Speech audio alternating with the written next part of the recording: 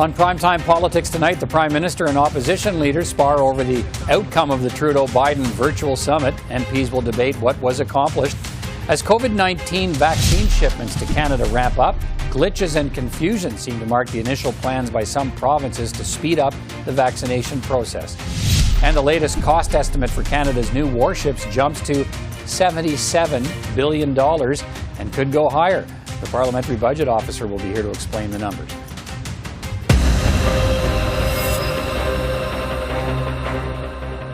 But we'll begin with the political fallout and the follow-up from the Trudeau-Biden virtual summit. The two leaders unveiled what they called a partnership roadmap to cooperate on the pandemic, climate change, economic growth, and international alliances. And the president promised to work with Canada for the release from China of the two Michaels, Michael Spavor and Michael Kovrig. But Canada got no guarantee of an exemption from Biden's Plan Buy America rules. And the U.S. side did not offer to export U.S.-made vaccines for Canada. And the issue, we're told, wasn't raised at the summit. The opposition today pressed the Prime Minister about guarantees. On day one, the Biden administration let thousands of Canadian families down with the cancellation of Keystone XL. Yesterday, 30,000 families were expecting the Prime Minister to bring up the situation personally with Line 5 because a decision has to be made in May. Michigan declared an energy emergency, and it doesn't seem to be urgent to this Prime Minister, despite the fact that workers, families, farms, communities across Ontario and Quebec are worried about Line 5. The Prime Minister's language was very specific. We raised it. Did the Prime Minister personally raise Line 5 with President Biden? Right Honourable Prime Minister. Mr. Speaker, yesterday Canada and the United States agreed to an ambitious roadmap partnership. We will work together to beat COVID-19 and ensure everyone everywhere has access to a vaccine. We will also fight climate change and accelerate clean growth. We will create jobs, we will grow the middle class and address systemic racism. We are each other's closest allies and most important trading partners. And yes, we talked about energy security, we talked about cross-border flows, and yes, we raised Line 5. Well, let's drill down now on the Trudeau-Biden virtual summit and what it tells us about the Canada-U.S. relationship and where it might be headed. Rachel Bendayan is the parliamentary secretary to the Minister of International Trade. Michael Chong is the foreign affairs critic for the official opposition Conservatives. And Jack Harris is the foreign affairs critic for the NDP. Good to see you all, and thanks for taking time to speak with me. Ms. Bendayan, let me start with you. So there's alignment clearly on climate change and multilateralism and other important issues. But I guess a lot of people are looking at the virtual bilateral and saying what was missing from the summit closing statements was any forward movement on Buy America or perhaps shipping U.S.-made vaccines to Canada. In fact, the Canadian side didn't even raise those issues, and I guess some people are wondering why not. Well, thanks, Peter, and I would agree with you that a lot of people are talking today about the important reset of this, our most important relationship. President Biden said that Canada is America's closest friend and most important friend, and I think you saw that play out in yesterday's lengthy meeting. I think back to 2016 and the state dinner when President and then Vice President Biden came to Canada, and I saw firsthand the synergy between the two leaders, and I think that is going to benefit Canada immensely. You know, you mentioned the environment. There is a new North American alliance in order to tackle climate change. You mentioned the economy. I think that there is certainly no greater and more important trading partner for Canada, and the same is true for the United States.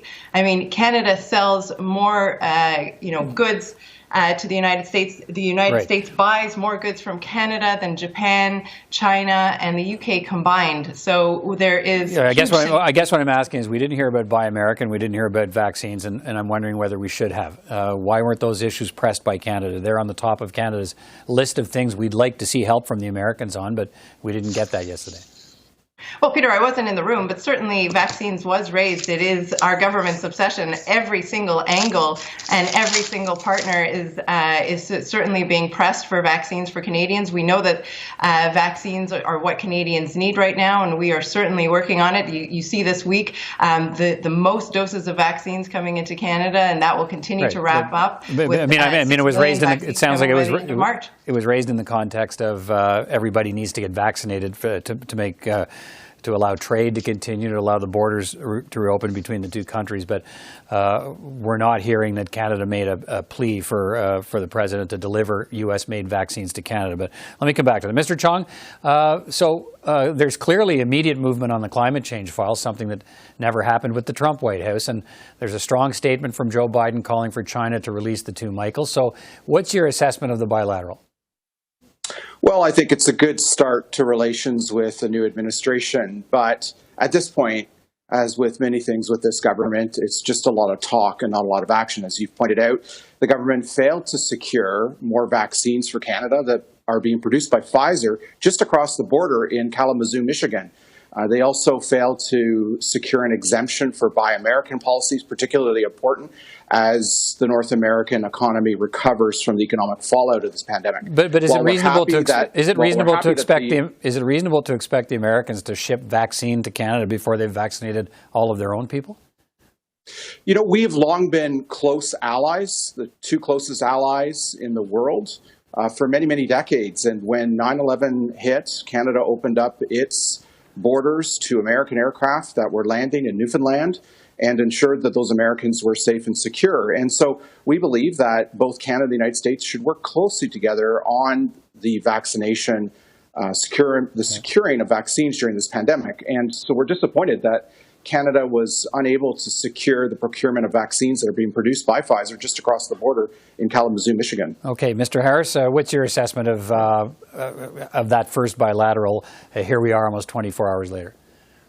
Well, obviously, you know, it's easy to say it feels good when you're not pushing against a brick wall, as we had been for the last 4 or 5 years. And, you know, and it's very reasonable to expect Mr. Biden not being Mr. Trump and being a more reasonable person to accept, I guess, some responsibility to take action with respect to the two Michaels, given that the action was in retaliation for a U.S. request for extradition and the consequence of that. So we're very happy to see that clearly, but it's not. You know, as has been said, it's an important first step in that we're rebuilding a relationship. But I don't see any big wins. It's nice, it's great that we have a partner next door who's on the same page with respect to commitments, at least on paper, for the climate change. We want to be working with the Americans on the same direction on that. It's good to have them do that. But again, we have to look at the results. What are the results going to be? There was very good, feel-good meetings with Mr. Obama at the same time a few years ago, but we didn't, you know, it makes a difference if it makes a difference, and we don't know that yet. Clearly, on the climate front, the Americans are going to make a very heavy investment in innovation and in infrastructure. We're not going to necessarily be able to participate in that. We didn't see any real act of friendship in the sense of recognizing that Buy America should be included a North American context. Let me. We didn't get any sense that there's any real change. Rachel Bendayan, let me.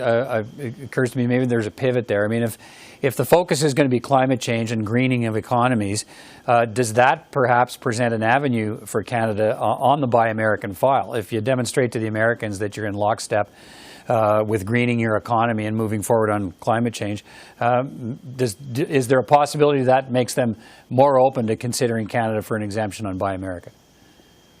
Well, I think the possibilities, and we see them already, are huge.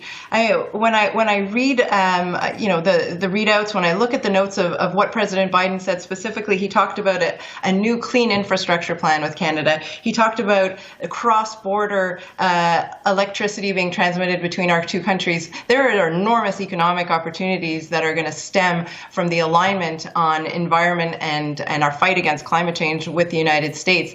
And to be honest, I think that this is extremely heartwarming and extremely important for the Canadian economy.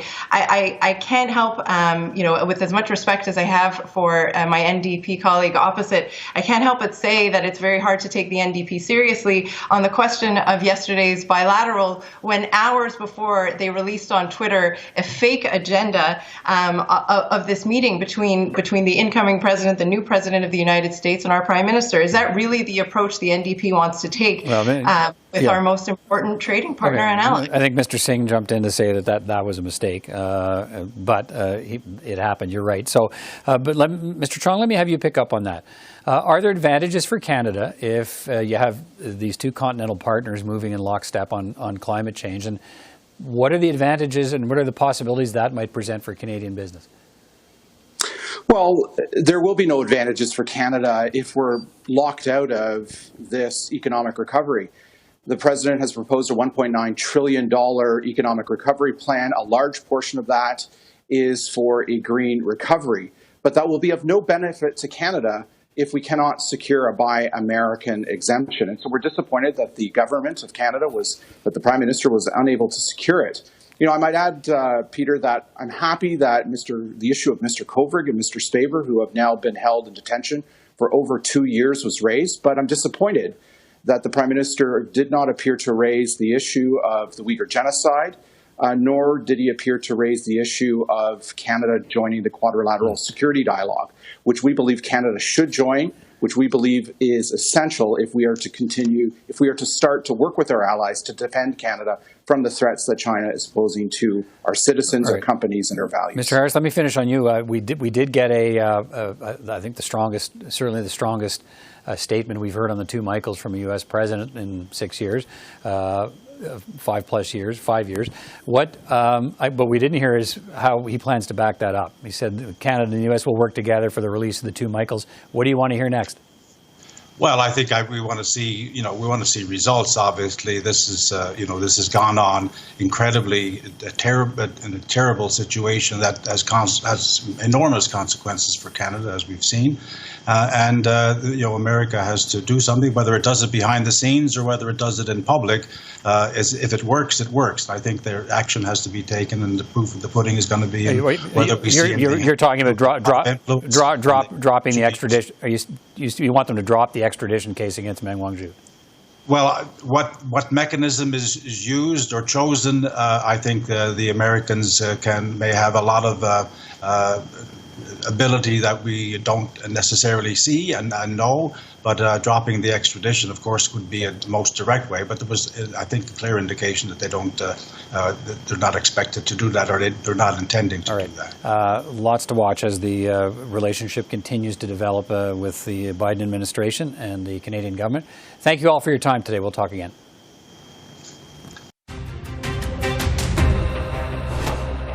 Canadians eager to learn more about when they will get a COVID-19 vaccine are starting to get answers from the provinces. As federal shipments of vaccine ramp up, the provinces are nailing down their vaccination plans and setting up schedules, but not without some challenges. In Alberta today, the online appointment system there crashed as Albertans 75 and older became eligible for the vaccines. In Manitoba, all residents 95 and older and First Nations people 75 and over can now book appointments for their shot. And in Ontario, bookings will begin in mid-March, starting with people 80 and over. We've completed the contracting with the pharmacies. We're doing a tabletop exercise this week, this coming Monday, and we'll do a small pilot across Ontario. And we're also bringing to them the online reservation system and the customer service desk, which we are now furiously working to do the final stages of preparation, to test it thoroughly, and then to go live with on the 15th of March.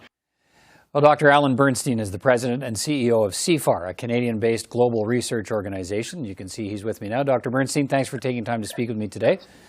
My pleasure, Peter. Look, we are starting to see the ramped-up vaccination plans from the provinces now based on what you've seen and been hearing. How confident are you that provinces will be able to deliver on those plans to try and speed up these vaccinations?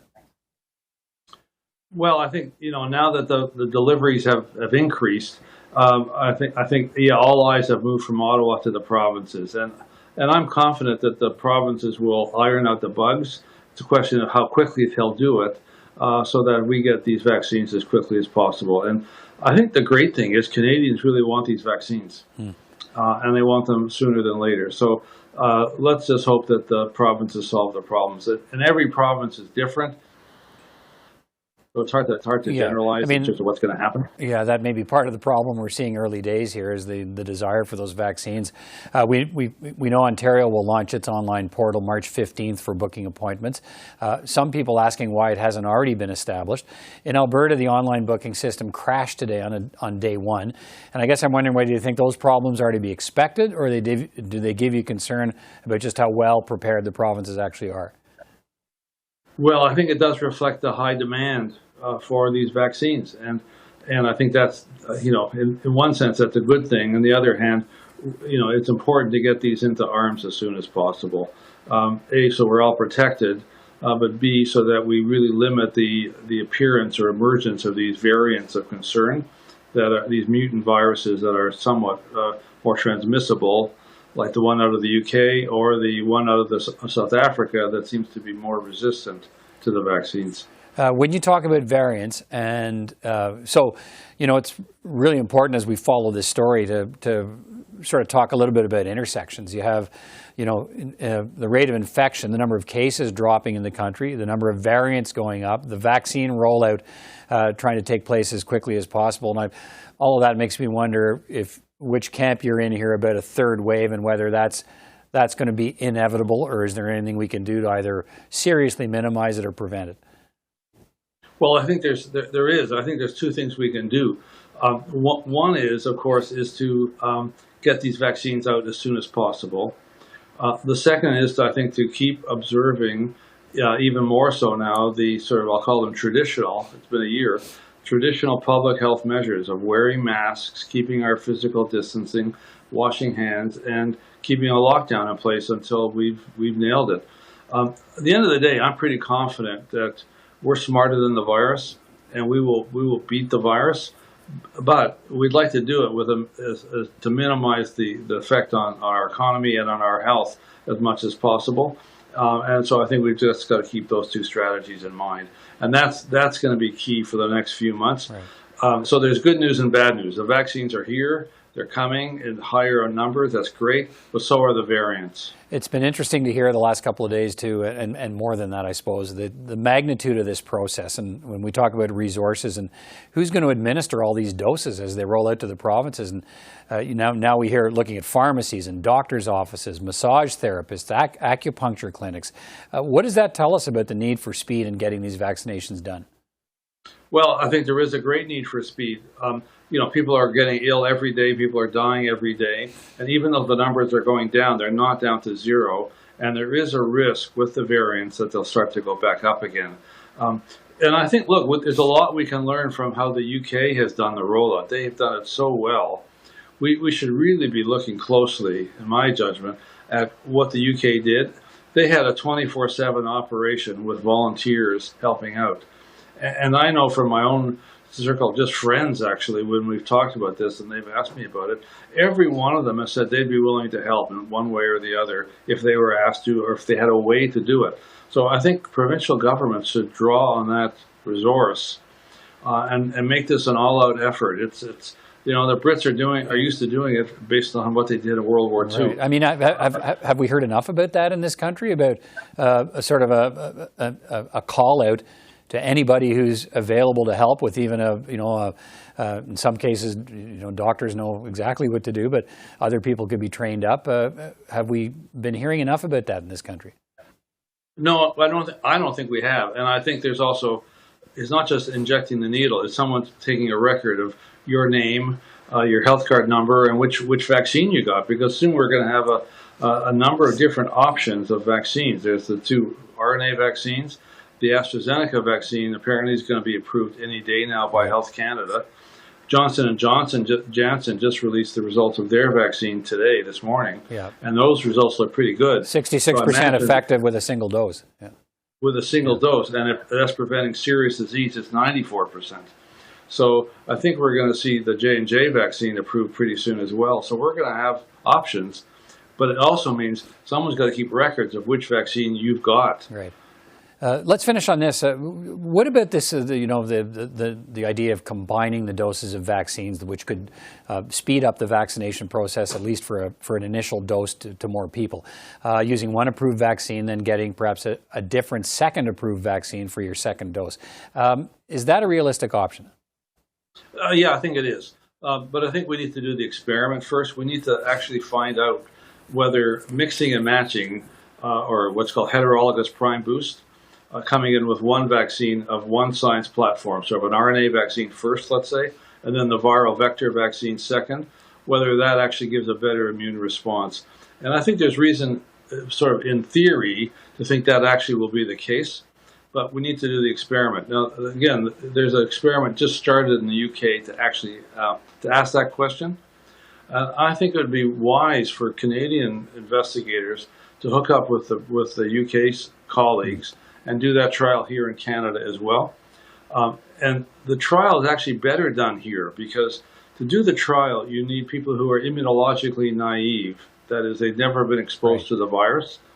And so we're a much more immunologically naive population than in the UK. We've had much fewer cases of the virus here and much fewer people vaccinated. Yeah, so it will be a good place to test it. Yeah. It's a really good place to test. All right. Dr. Alan Bernstein, thank you so much for your time tonight. Appreciate it. My pleasure.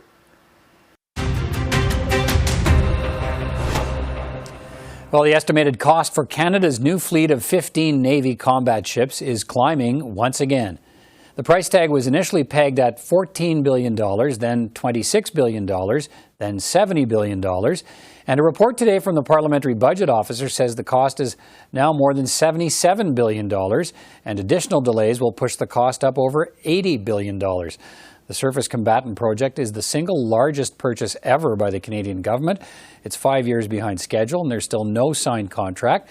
The fleet is to be built at the Irving shipyard in Halifax, but the government acknowledges the first vessel will not be delivered until at least 2030. So let's get more details on the findings in his report released today from Parliamentary Budget Officer Yves Giroux. Monsieur Giroux, good to see you again. Thanks for taking time to speak with me. My pleasure. So lay out for us how the costs of this procurement have climbed to $77 billion and could hit $82 billion over the next couple of years. What's going on here? Well, there has been delays in the construction. So whenever you have a delay on a program that is such a big procurement program, whenever you have a delay, it increases the cost because it spans a number of decades, in fact. So there's inflation. There's also been changes in the specifications. So the size of the ships have increased. They went from 6,900 tons to 7,800 tons. And every time you are looking or considering buying a bigger ship, it makes for a significant cost increase. And it's probably in good part what's causing the delays. Yeah. And we've also incorporated the most recent information as the government and the shipyards gain more experience in the design of the ship. So that's what is driving the vast majority of the cost increases compared to our previous report in 2019, where we had estimated the cost to be slightly below $70 billion. All right, just to get this out of the way because of the climate we live in, can any of the delays be, or the most recent delay, anything be blamed on the pandemic, or that's just not a thing? It doesn't seem to be the case. It doesn't seem to be blamed or attributable to the pandemic. Maybe there's some small parts of the delays that could be explained by that, but not billions of dollars. No. Okay, so you've talked about what causes what has caused the price to go up and the different delays. Was it part of your study to determine why there were delays? Why the sort of design keeps being re-examined, the performance issues re-examined, the demands on the ships re-examined? Is that what this is all about? We were not asked to look at the reasons for the delays. So we did this report at the request of the House of Commons Standing Committee on Government Operations. And what they asked us to do was to update our cost estimate that we had done previously in 2019, and also to look at alternatives. So they didn't specifically ask us to look at the reasons for the delays. What we did was estimating the current, provide them with the most current cost estimate, and also look at alternatives which are the FREM, the European multi-mission frigate, as well as the smaller Type 31 frigate. So this is what we did. So we didn't look at the reasons behind the delays. Right. So those options you looked at, and the possibility of a mixed fleet as well. There are savings to be had there, and they would be cheaper. But would those cheaper options sacrifice performance issues, and would it be another delay on top of that if the project's restarted by looking at alternatives and mixed fleets? So it's clear that if we were to start all over again, abandon the current design and start all over again and launch a new competitive process to look at other options, there would be probably a 4-year additional delay in getting the actual ships in the hands of the Royal Canadian Navy. That's why we looked at a hybrid scenario where the government would continue with the current design, which is called Type 26, and get 3 ships. In the meantime, while these first three ships would be built, then there would be the launch of a new competitive process to get the remaining 12 ships and to decide what design they would go with, and then it would give sufficient time for the competitive process to be launched. And by the time we get delivery of the 3rd ship, the 4th ship under the new design would be in construction. And of course, depending on the type of ships that would be chosen, there could be significant savings indeed. But also performance issues, right? Exactly. Yeah. So a ship is a ship. Yes, it has capacities, but not the same capabilities. So if, for example, the government was to go with the FREM, which is being used by the Italian and French navies, notably, it would probably have broadly similar capabilities, not identical. But if the government was to choose the Type 31 frigate, which is a smaller, also multi-capacity frigate, it wouldn't have the exact same capabilities. So it's a smaller ship, so it doesn't have the exact same range of capabilities. So the Type 31, which is the cheapest option, clearly doesn't have the same capabilities. Right. The price tag is the if I can put it that way, is the sort of sticker shock in all of this when people hear that number. And your office has come under fire from retired Navy personnel trying to discredit your costing even before it was released today. They're worried the rising price tag might make the government reconsider the purchase and maybe go with some of the options you've described, and given how much money is going at the door these days to deal with the pandemic. How do you view that criticism of your office and this notion that you don't really understand what's involved in building a ship, so there's a price tag attached to it, but you're missing the spin-off idea, the Made in Canada section of that, and the argument for that, and all the things that go into making a kind of ship that Canada needs. How do you respond to that criticism? Well, it's true that different ships have different capabilities. So, and it's also true that having these ships built abroad would probably be cheaper. So that's why when we compared our cost estimates for the 3 types of ships, the current and the 2 alternatives, we all assumed that all ships would be built in Canada. So what the House of Commons committee asked us to look at was the cost. And that's what we did, assuming that all ships, regardless of the design that could be chosen, would be built in Canada. So we looked at the cost. We were providing cost estimates to the government, rather the parliamentarians, as well as Canadians. But it is true, the naval officers have a good point. Capabilities is an essential part of a decision to get that type of ship rather than the other type of ship. But the cost is also a very important consideration. I'm not pronouncing on which ships would be the best option for Canada. Giving Canadians the numbers. Exactly. Yeah, right. And it's up to decision makers and parliamentarians to make informed decisions, taking into consideration the cost, but also what does the Navy need. All right. Yves Giroux, always good to talk to you. Thanks again for your time today. Take care. My pleasure. You too. That's all the time we have for this edition of PrimeTime Politics from all of us here at CPAC. Thanks again for watching. See you next time.